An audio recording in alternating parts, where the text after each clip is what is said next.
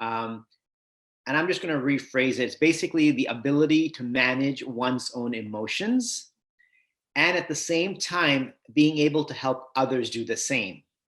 So that's sort of a paraphrase. So first of all, you have to be able to manage your own emotions because you're not going to help anyone else manage theirs if you're out of control, right? So it's kind of like, when you're on an airplane and the pre-flight announcements are made that, put your own oxygen mask on first if the masks drop before you try to help others put theirs on. So it's about really being able to manage your emotions. And in order for us to be able to manage our emotions, I think the step before that is first of all becoming aware of our emotions.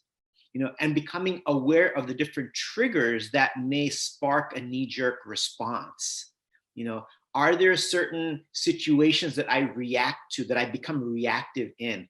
Are there certain people at work or at home that I just sort of react to, and I'm not aware of it, but the moment they walk into the room and the moment they make a comment, I'm immediately just sort of shutting them down or just sort of, reacting to them without even really hearing what they're having to say. Because when we have that sort of response to someone we don't see eye to eye with or get along with, or we've just determined in our mind that this is not a nice human being or a good person, at that point, our ability to hear anything that they say is basically shut down. So I guess the definition really that I'd like to work with is being able to, first of all, become aware of your emotions and feelings, and then be able to manage them. Because if you're not aware, then you don't know what to manage. Like, what are you managing? Okay, I'm managing this group of people and this project, and these are my resources.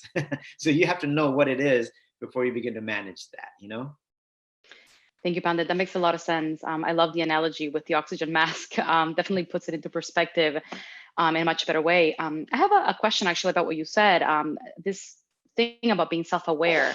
I find myself sometimes, when I'm having a conversation, that my responses might be reactive. How can we develop that self-awareness when we are trying to, answer a specific question or talk with emotional intelligence? How can we develop that?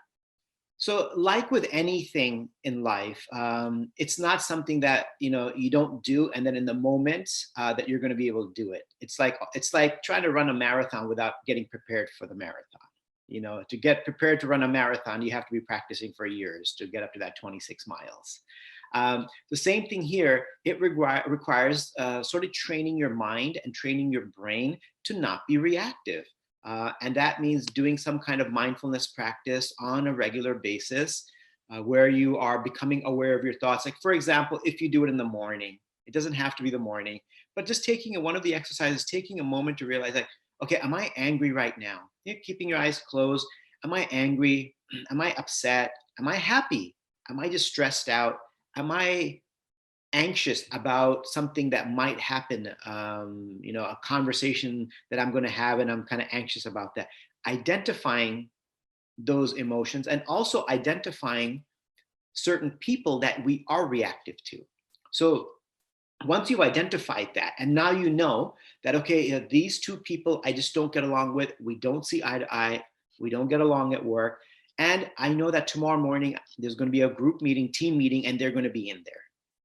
Now that I have already set that up, like, you've placed out the chessboard and all the pieces are there and you can see what's going on. Now you already know that that's coming. And what do? Now you can prepare to engage with them. Now, one thing is you can visualize yourself, in that meeting and not reacting. Visualize them saying something that'll make you react and then you not reacting. Just visualize that, right? So that's kind of a cool thing to do. Like, okay, they're saying something, or maybe I'm going to make a point and I know they're going to disagree with it just because they like to disagree with me, whatever. Maybe the relationship's gotten that bad.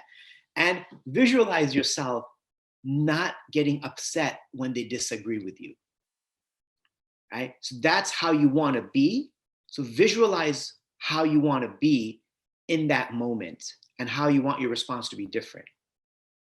That's one thing. Another thing is, and this is maybe hard, but I always like to encourage that we try to think some positive things about those individuals before we get into that interaction. and this is hard because we don't like them and they don't like us, think about the positive contributions they've made at work thus far. And really try hard to think about them. Write them down. Yeah, okay, because of, they put in extra hours last week. It didn't help me, but it helped their team. And so obviously they're dedicated to their work. Think of some positive things that they do. Think of some of their positive qualities as well. Try to put them in a more positive space in your head, as opposed to the negative space that they're occupying right now. Let's move them from the negative to the positive. At least let's try. So now we visualize how we want a response if they say something, and we visualize them in a positive sense.